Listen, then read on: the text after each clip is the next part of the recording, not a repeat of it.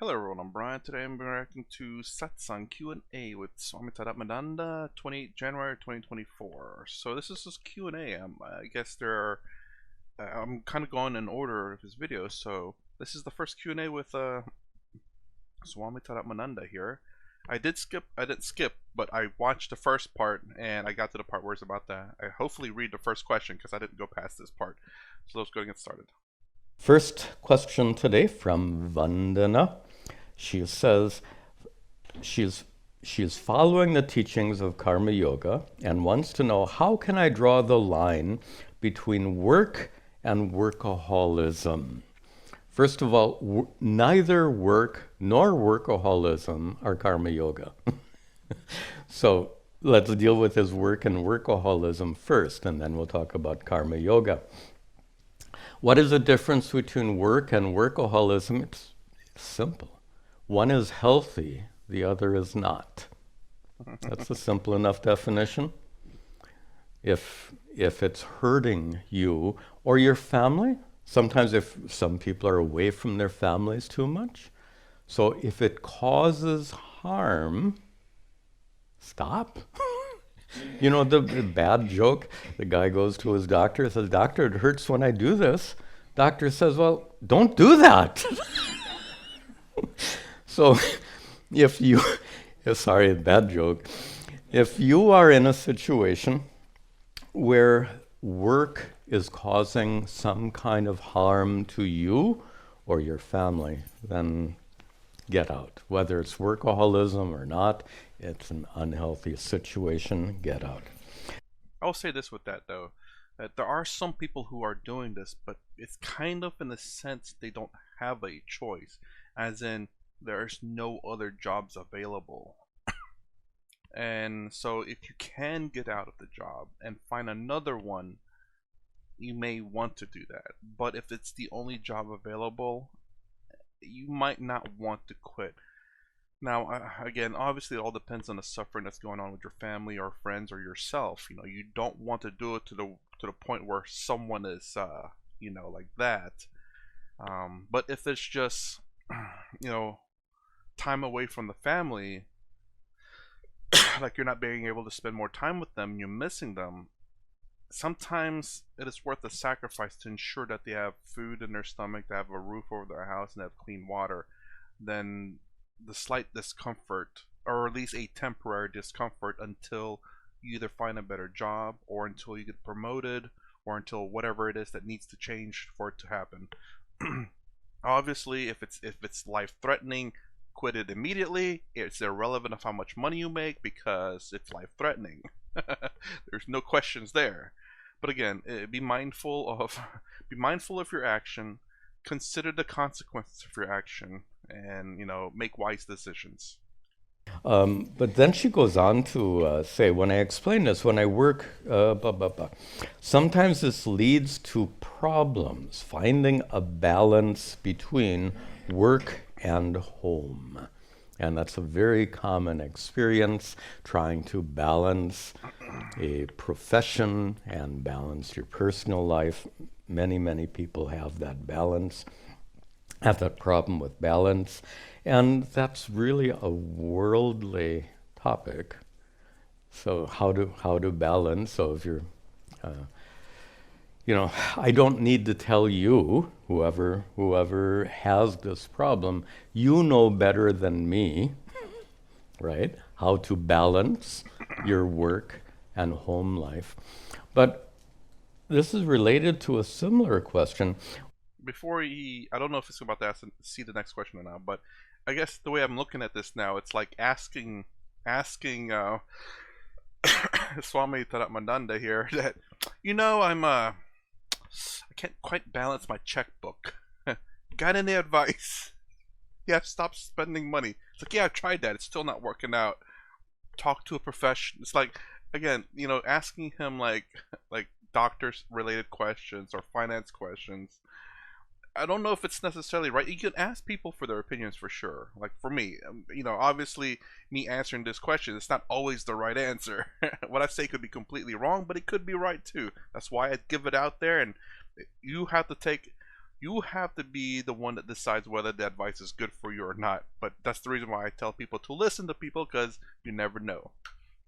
And I feel like he's actually, Swami Tadatmananda, I feel a sharp pain in my abdomen. What's your advice? Go see a doctor. You know, I mean, it's asking him.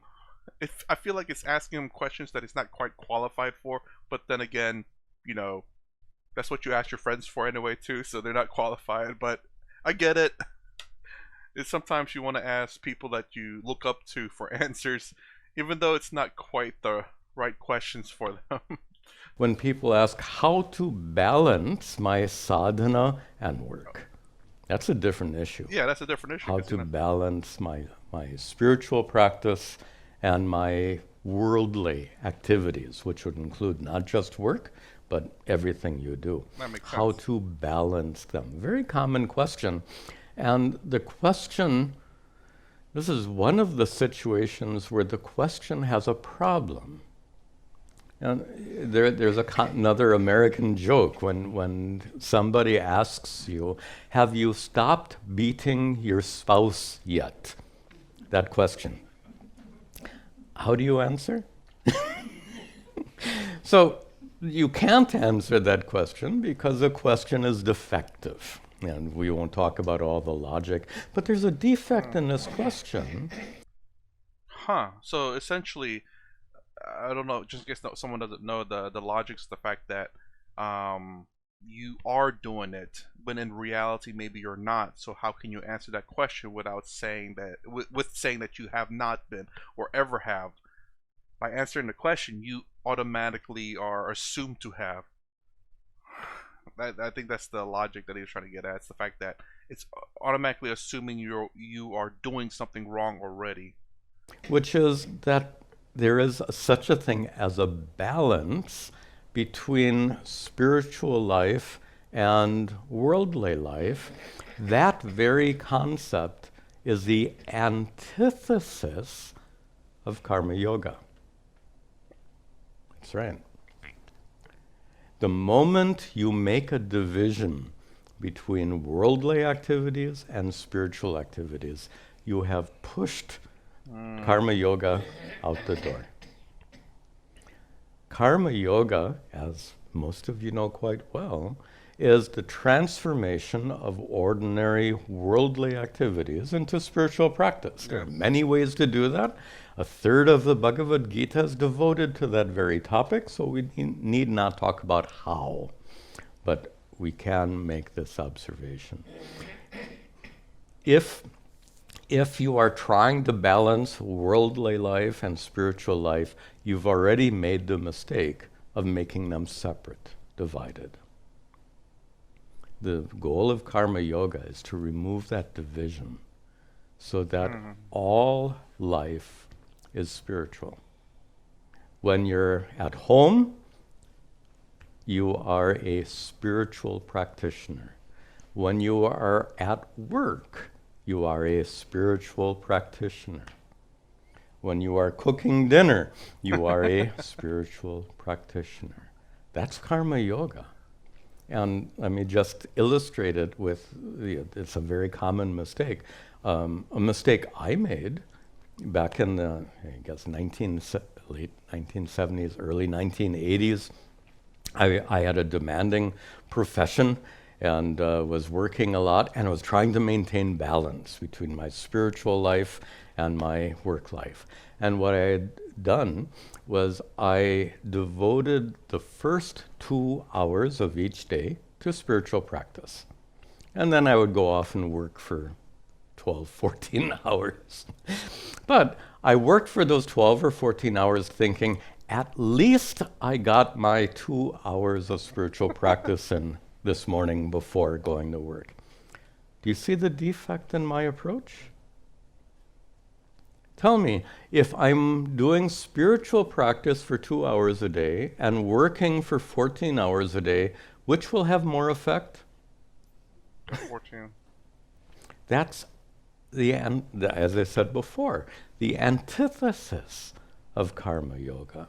We need to remove that division so that we maintain the attitude of being a spiritual practitioner at all times, in all situations. That's a simple way of understanding karma yoga. Okay. And Okay. and I'm amazed that I've kind of started practicing that ever since, again, my college. I know I keep saying this in some videos, but I don't know if anyone's heard it or not. But my college days in world religion, when I believe is a Hindu teacher, a woman, talked about Buddhism, that life is suffering. Ever since those words been spoken to me, I have learned to, how do I say, learn a more contempt life, to understand that life is suffering, so therefore content is amazing. To not suffer alone is amazing. I don't have to be happy, but just not suffering is amazing. So contentment is amazing. And by realizing that, I have lived a better life. And it's kind of like what he's talking about here, where you have this separation between, I'm in spiritual mode, I'm in work mode. Whereas me, when I heard those words, I automatically associated just everything with suffering, and therefore I had to make sure that I do not suffer with the rest of the world. So I was able to, in a sense, incorporate the spiritual, which I didn't know was spiritual back in the day, spiritual aspect of it throughout my life. Again, not very good, but at least it had some effect in me. I still got mad, I still got upset about some things, but not as much. I don't suffer as much as I used to. So knowing that life is suffering, why should I have to suffer with it? Then I'll take a couple more here, and then I'll take some questions here.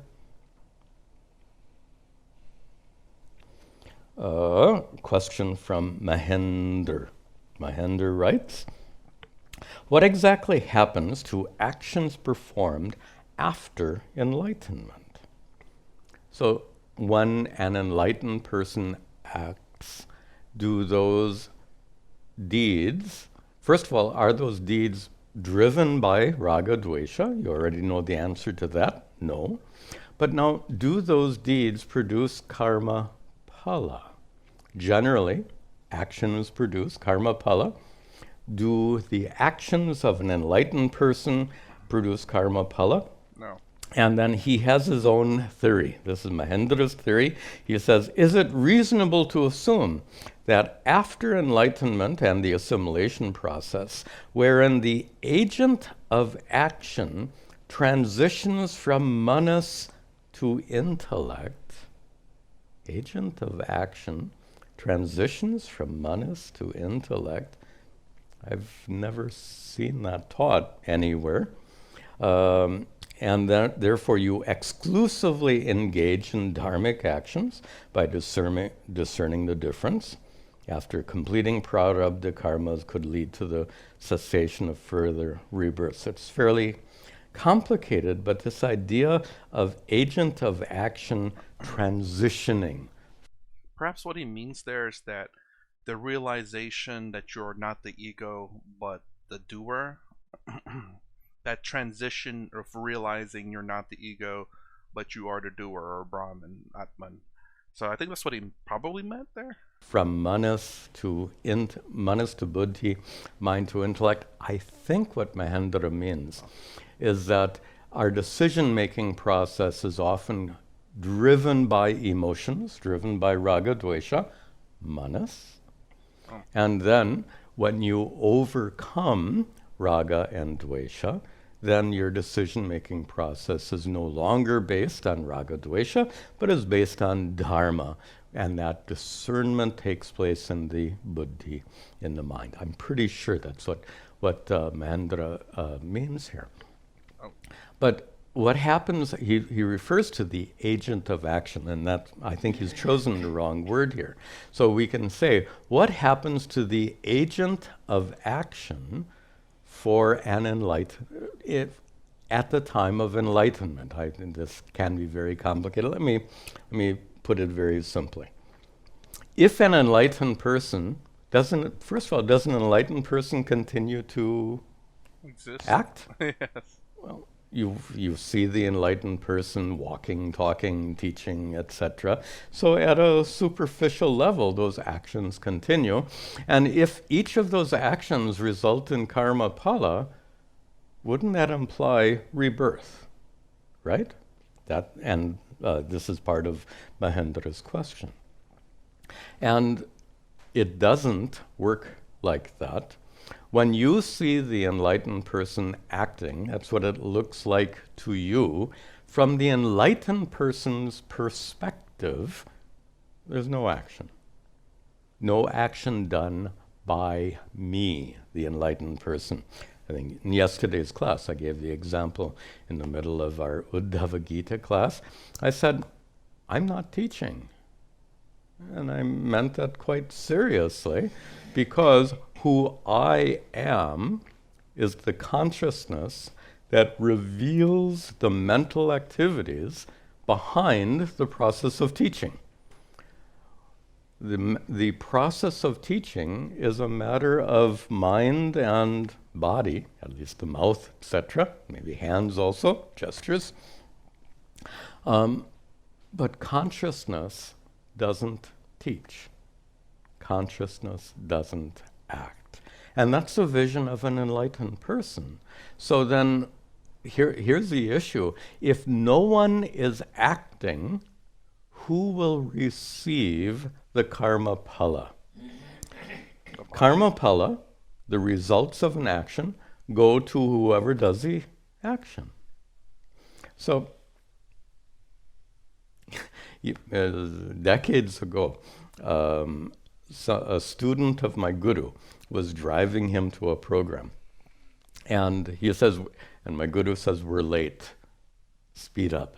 So, so he drives faster and sure enough gets a ticket. So now the question is, who should get the ticket? Of course, the policeman is going to give the driver the ticket. But here's a different take in that. Some of you know that there are now driverless cars being experimented with in several cities in this country. I don't know about overseas. In, I think, San Francisco, maybe some couple of cities in this country. They're like taxis.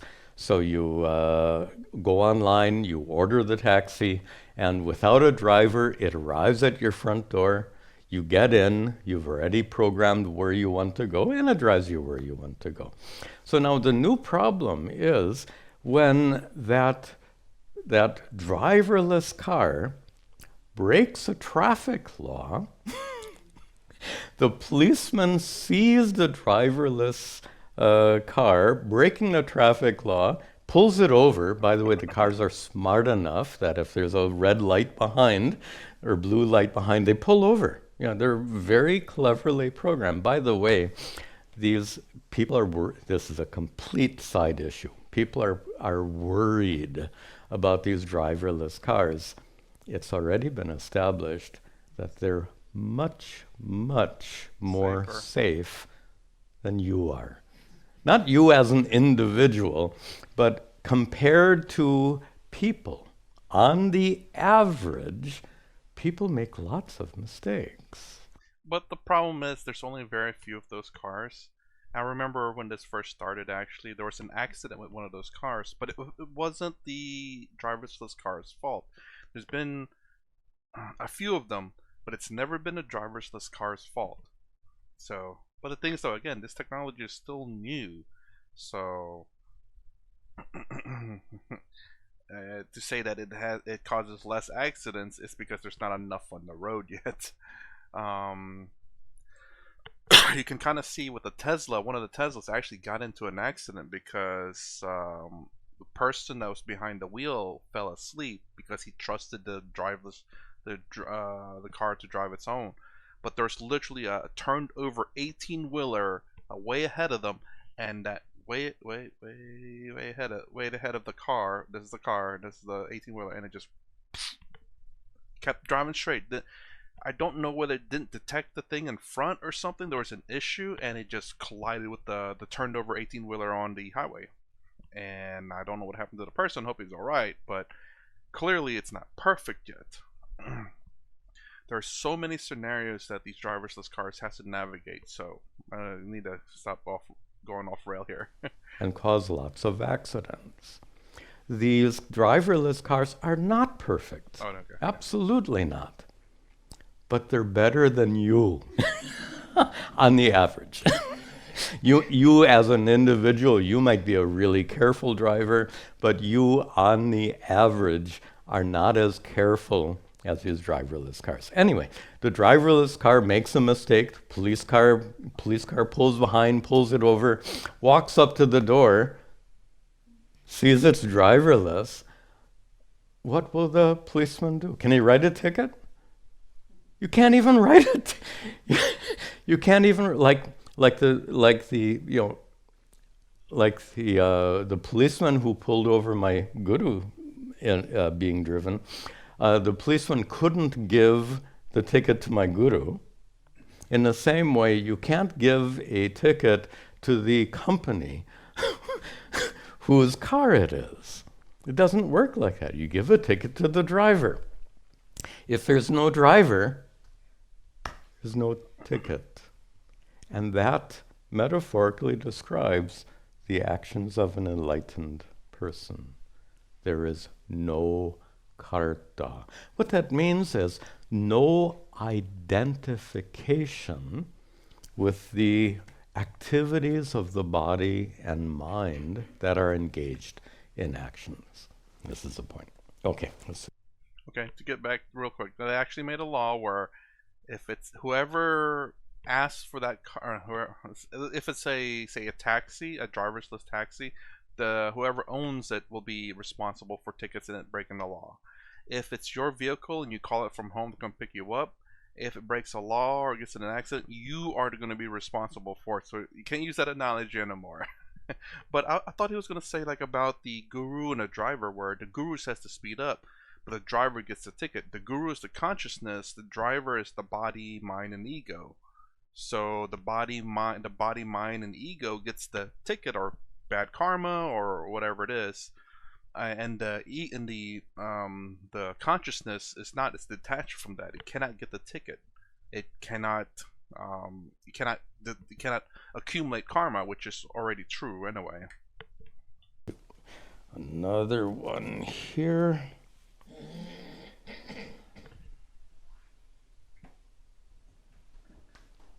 Yeah, let's see.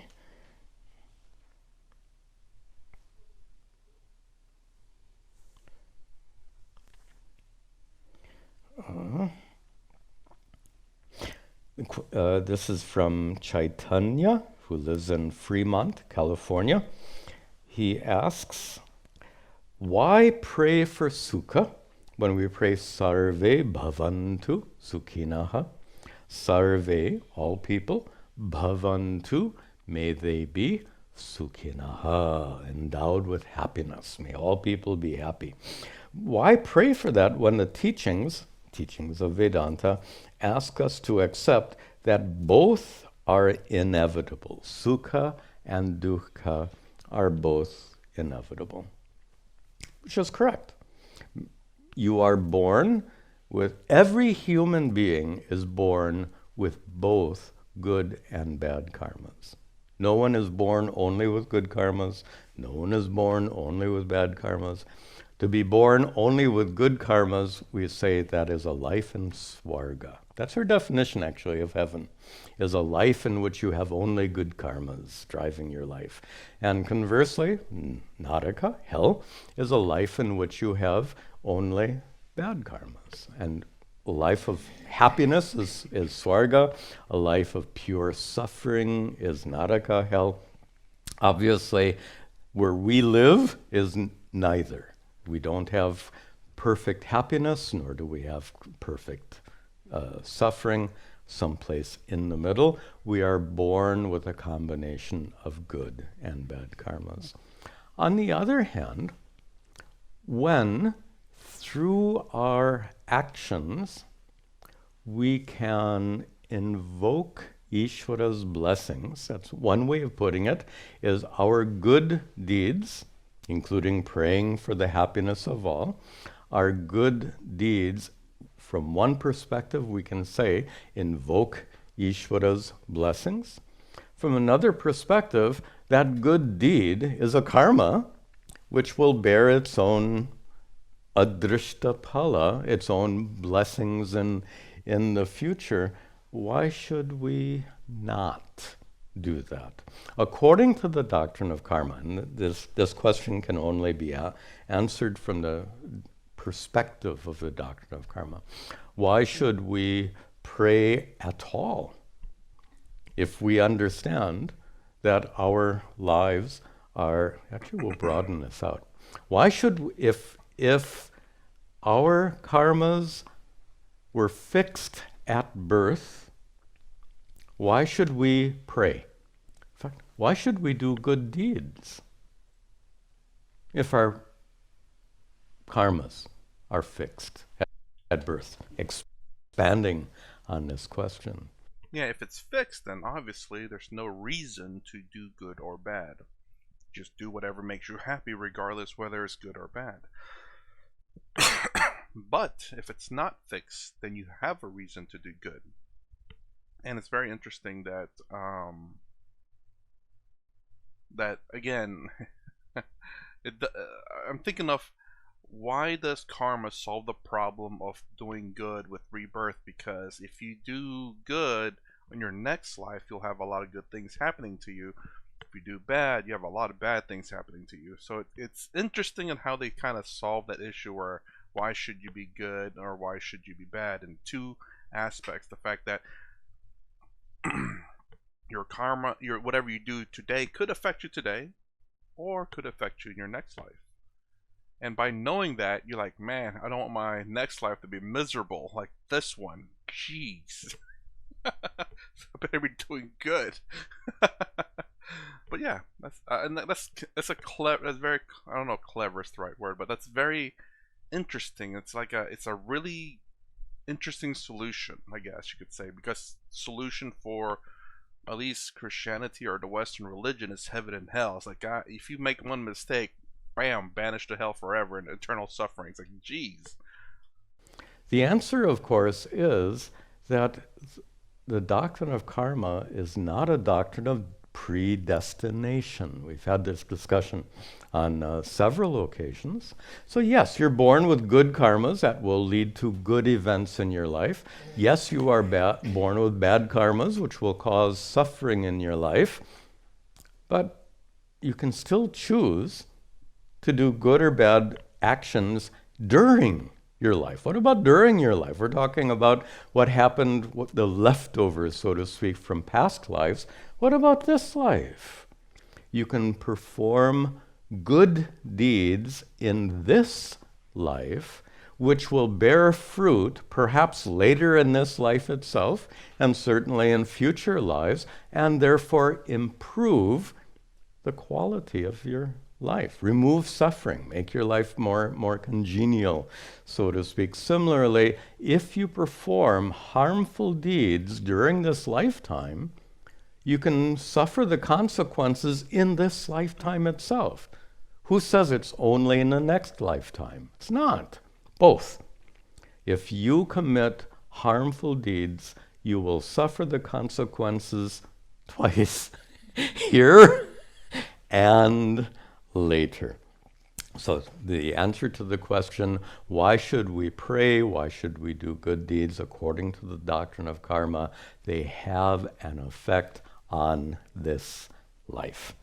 I don't understand the pray part. I do understand the good part, doing good actions. Obviously, do good actions to do good karma. But pray. Did he answer that, or did I just miss it? I must have missed it. Anyways, let me know if I missed it, because does prayer automatically just generate good karma? That's... I don't know if I like that. Again, it could be true and I could not like it, and both could be true at the same time. Just because that's a very simple out. Again, this is the same issue I had with kind of Western religion, where you could do all the bad things in the world, but if you go to a preacher and ask for forgiveness, it's all forgiven, no matter how bad it is. You get to go to heaven.